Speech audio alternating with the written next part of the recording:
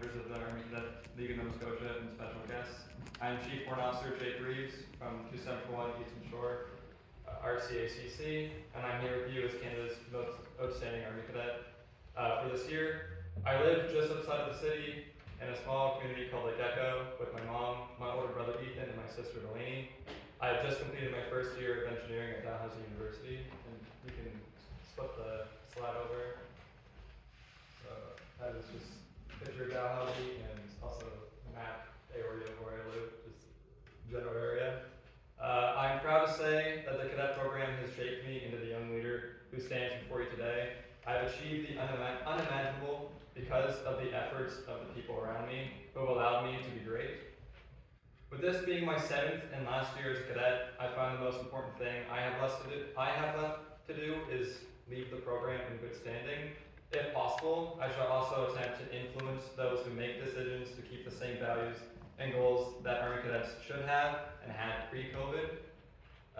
So first things first, I would like to take this opportunity to share my path so you guys can get to know where my ideas and where my biases may lie and where everything comes from.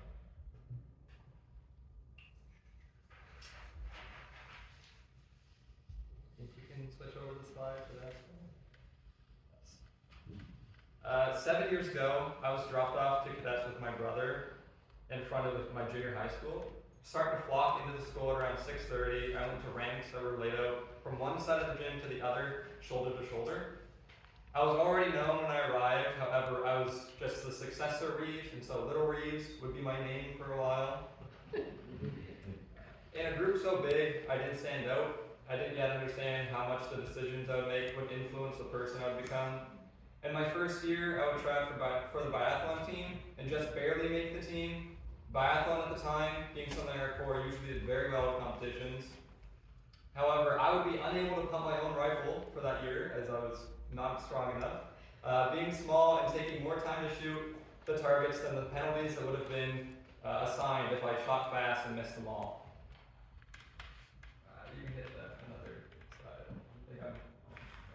So that is me in my first year and me next to my brother. You can hit another slide. And that is my first year for biathlon that my brother also competed with. And off to the right is the biathlon targets. Of course, that one has one down. I don't know if I hit any that first year. Fast forward to Camp Argonauts for the summer. I would be away from my parents for the first time. During the GT course, I would find which course I'd like to pursue for the next summer.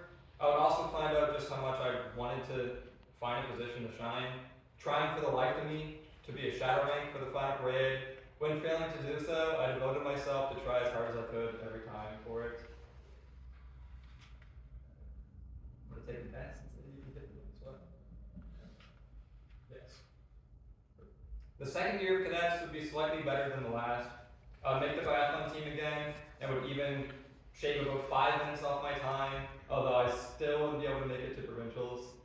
A friend of mine in the same year would make it and would tell me every detail afterwards. This friend had performed better than me at the competition, but at every practice, I somehow had been better than him each time, so that was a little weird. So him telling me of his success was a reminder of where I had failed. At the ACR, I would also end up with no awards, adding a little bit more wood to the fire of trying to be noticed. So during this summer, I would do the basic expedition course, which was 3 weeks in person, and it would be where I was introduced to the Bravo Company traditions. Being all Army cadets and a smaller company, we would try to be better than all the other companies, of course. As someone in basic, we would also look at the EIs and all, as they're much bigger. Looking like fierce, crazy woods people, like cavemen reborn with a chance that we were told we would earn when we got to their place. With that came maroon shirts that had a picture of a lumberjack character in the woods and a poem of words in the back from Theodore Roosevelt. Could you hit that next one? Oh, what happened there? No, that's probably me. That is the words that were on the back. Something that I would never get to own, as the shirts would be discontinued at the exact year that I would end up going into the course, and would instead be stuck with an orange shirt that had the Argonaut logo. I was not a fan of orange. I would also lose out on doing my 5-day expedition, as on the first night we got Argo stormed, or at least that's what I call it, when you're in the field and it's thunder and lightning outside and every tent is leaking, while the senior cadets run around with duct tape trying to fix it all. It probably took less than 20 minutes of this until we were told that we were heading back up and to pack up. When the bus finally arrived, all the windows were open and every seat was soaked. We headed back into the barracks and we would stay at camp for 5 days, eating the rations we would have had to have in the field while staring at the mess hall and smelling the french fries that seemed to tongue us. Rations that now I would pay money for, as they've changed so much and they're so much better with a Twiki guy. I think you hit another one. Yes. Those are the old ones. Those ones are much better. The new ones are just a brown box. So much words. The third year cadets was the final one before COVID. This year seems like it was 10 years ago, and the person I was seems like a small fraction of who I am now. The third year is also the one I hold very close to my heart, as is the year that I would start to succeed and could see it. During the regular cadet year, I'd be a part of the flag party, being the back right rifle, and so be roped into the drill team as well, just because flag party apparently has good drill. I would slip into the marksmanship team just barely. This would also be the year I would make it to biathlon provincials and learn and pick up a new interest in cross-country skiing, which is shown there. My first competition, although I did fall on my back, which was not fun.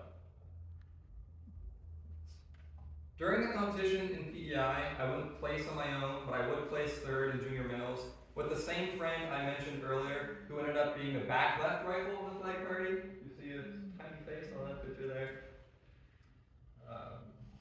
At that year's ACR, I'd be the top silver star, although I would watch my biggest competitor, being the top junior cadet, just beating me. This competitor was in every course I was on at the same time and was the top performing cadet in basic expedition. So it appeared I still had some work to do if I wanted to be the top of the corps for my year. This next summer would be my last as a course cadet. After slipping in, getting accepted to EI, after gambling on a chance to get it, as I got marksmanship instructor, that was the course I was originally offered. I'd be ecstatic that I got EI just 1 week after saying no to that one.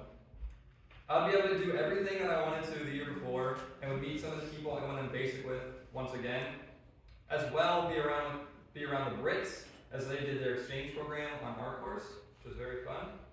Well, I would originally be in a platoon with the numero uno competitor. For the first time, I would get switched over, as French people had to get switched into that one, and I was a part of the shooting line, got transferred. Which was a blessing in disguise, as I would get the cycle for the expedition that made it so memorable. The first would be hiking cycle, where I would idiotically take more things than I needed to take hiking, part of the funny footpath in New Brunswick, which was way challenging. This would end up being the most tiring and challenging thing I've ever done. I would also be the most fit I've ever been, as I was carrying more weight than I needed to.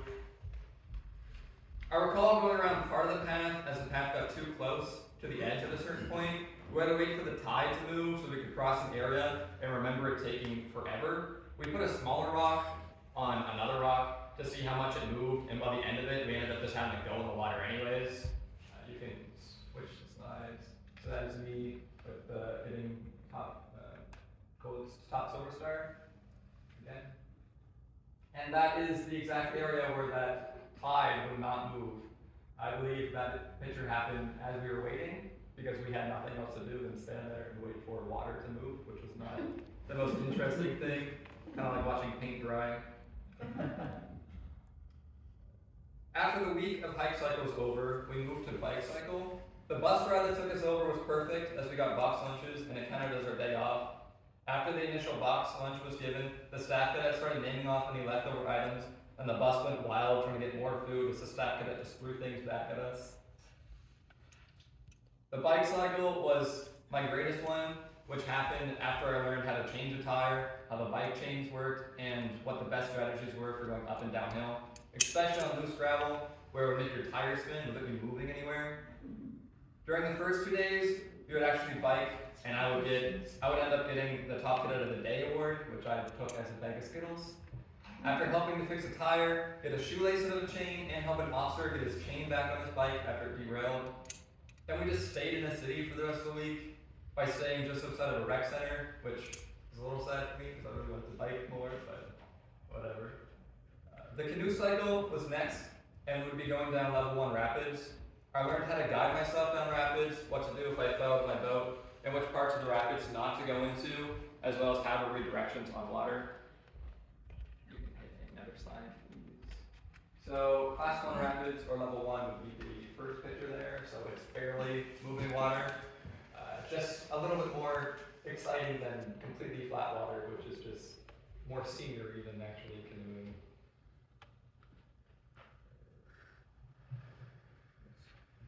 This is one of my best canoe experiences of my life, and I paddled at Arena Canoe Club for 10 summers straight before this. It is and will forever be more fun than paddling on flat water. On the last day of the cycle, we had a campfire, and one of the officers had marshmallows and s'more crackers for it. The marshmallows ended up melting in his backpack though, so it was more of a marshmallow blob than it was actually marshmallows.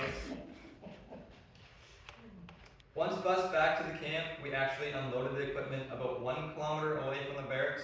The idea was put face paint on, maroon face paint of course, and hike into camp while doing the Bravo chants as a way to intimidate the other courses. And all good fun of course. You can hit another slide. So of course that is me trying to be intimidating, I guess, which doesn't really work for that smile that I had, but yes.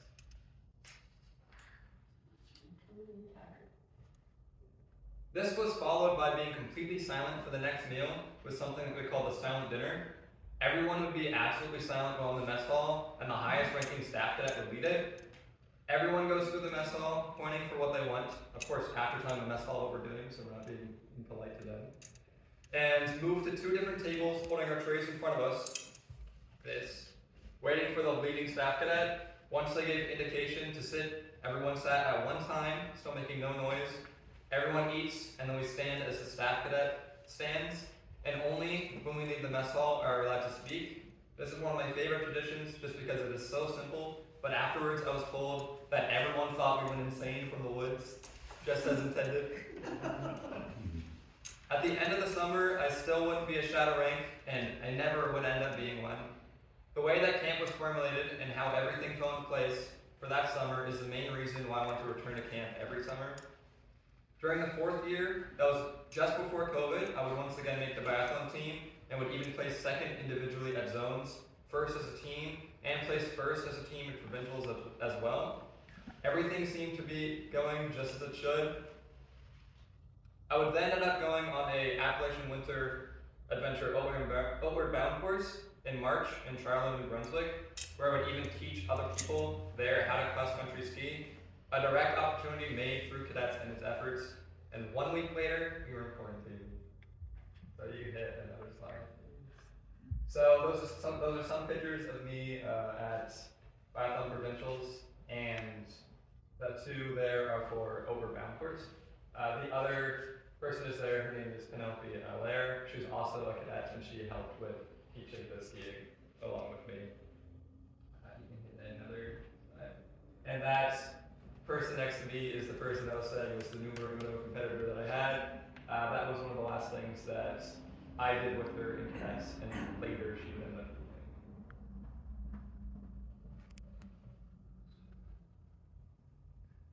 So the next part that I'm going to say, that was the whole, my story part. This next part is my experience as being the most outstanding Army cadet in general.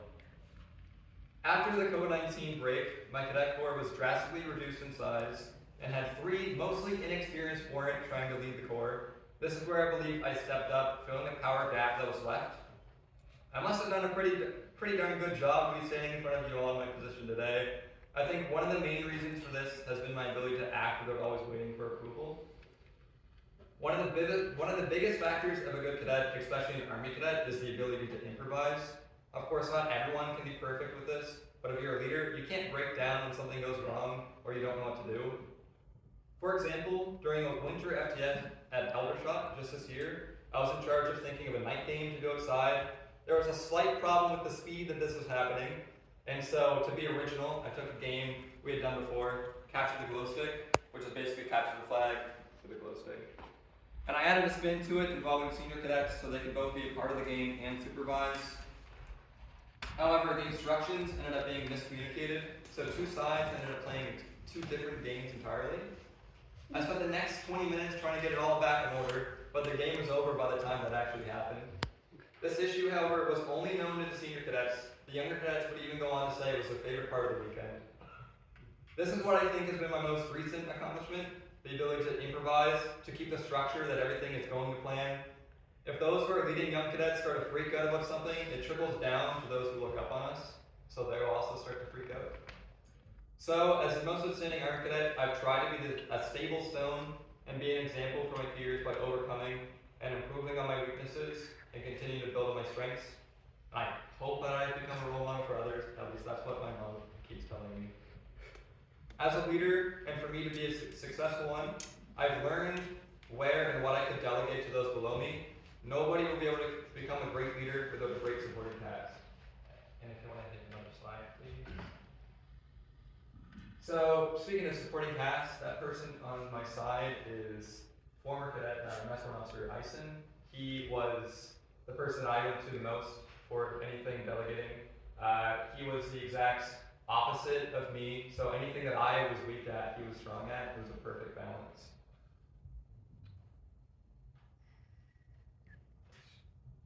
So this is a new challenge, trying to learn where the younger members of the supporting cast are capable of to create a strong team and core when I am no longer their RSM. Since people will vote for a leader whose ideas and values they support, a core will put someone in charge to provide what the core needs. So I've been trying to guide these cadets on their path to success, trying to explain that it doesn't have to look like or be like mine. Raise the bar, make it your own, find what works. Now this section I like to call Enough About You, Now What Did You Do? Because this whole part so far has just been about who I am. This next part is about what I did as the actual outstanding Army Cadet, like where I went in Ottawa and what I did there. I'm going to be honest with you, when I first got the email, I thought it was a scam. I figured out I was top Army Cadet in Canada before I was officially awarded the title by mistake. As the Royal Canadian Legion in Ottawa sent an email with congrats again on being the outstanding Army Cadet. As they were in charge of booking my flights, they said that a little preemptively. I remember telling my mom that it would interfere with university and that I wasn't going. Little did I know what it actually was, as she laughed with me and said, "You absolutely missed school." After being formally presented the award, virtually on Zoom with the Army Cadet League of Canada, a lovely, unexpected photo was captured of me in my background, and my bathroom was uploaded on the Army Cadets Facebook page for all of history. Yay! You can hit it. So those pictures are me last summer, at Argonauts. And if you look right in the middle there, you can see a perfect angle right into my bathroom, and you can see my mom behind me. I forgot to change my background, but I was doing it like everybody else did. And hit it again. Okay.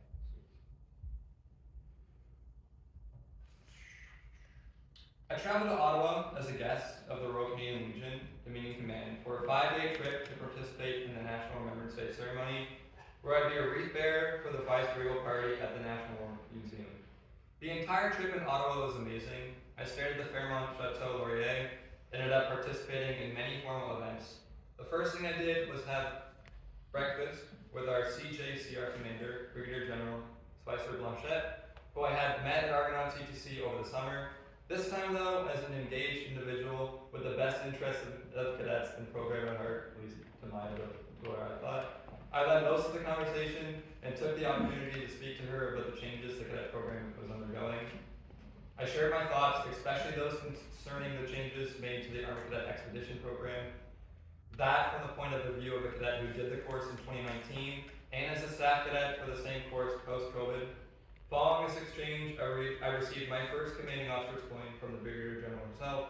I guess I did a good job. The next few days consisted of dinners, awards, and meeting an impressive amount of very interesting people. I was a guest at the Silver Cross Mothers Luncheon in Chateau Laurier with Miss Candy Breck. She was an absolute delight and the heart and soul of the whole experience, and much like her name, the sweetest woman ever. That joke for you. Since this was a business trip, we took a tour of the War Museum, Senate and House of Commons with exclusive access.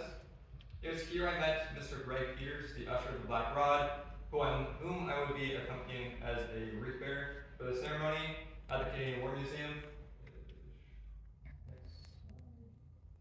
As you can see, me doing it there. My family would say how proud they were and the excellent job I performed. Watching the TV footage back, all eyes were on me, including the Chief of Defense Staff and Honorable Governor General Simon. However, I was calm and collected, performing a duty that felt very natural to me. Following the ceremony, my mom and I were guests at the Silver Cross Mothers Luncheon hosted at Regal Hall. We were ushered into the ballroom and seated at her honors table. It was then I discovered I would be enjoying lunch with the Honorable Governor General and Silver Cross Mother at her table. First on my agenda was which fork do I use, and I was confused why the waitstaff circled around me at the table like a dance, tantalizing me with food until it finally got to me.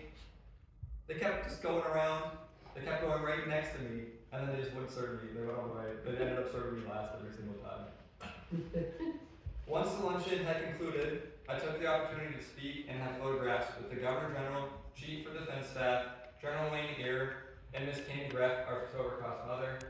As two of the pictures you can see there is in front of one of the former Governor General's paintings that actually has my father in it. Say that again? Just slightly behind us in both of those pictures is a former Governor General's painting. It's her portrait. It's one of the only ones that has multiple people in it, as she wanted her entire crew to be involved with it. And my father is actually in the painting. I won't go over the exacts for that, but if you want to know more about that, I do have an article in Esprit de Corps that goes over that in detail. I want you to emphasize that. Thank you very much. These events and a few others we did were excellent to experience. However, the real treat for me is always meeting people. The Top C and Air Cadets were both very good choices. Julian Tan, the Air Cadet, could play the piano like nobody's business. And of course, before doing so, he said that he wasn't sure if he could still play, and then busted out with some Beethoven sounding music. It was crazy. The Sea Cadet, Mackenzie Nolan, was also very respectful, and we even met up once again when I was in Toronto for a Golden State Warriors game in December. Then, of course, this April, I traveled for the second time this year going to Ottawa, which honestly seems too city for my taste. Anyway, we stayed at the Westin Hotel, just a little bit across from the Fairmont, and I'll be giving a speech about being a leader at the Army Cadet League of Canada Gala, which, of course, my mom took a video of, and you can see on her Facebook page if you want to see that speech. You can hit another slide. So those two are Julian Tan and Mackenzie Nolan. Mackenzie Nolan is the one furthest left, and Julian Tan is the one in the middle. Another slide, please. Yes. And those are all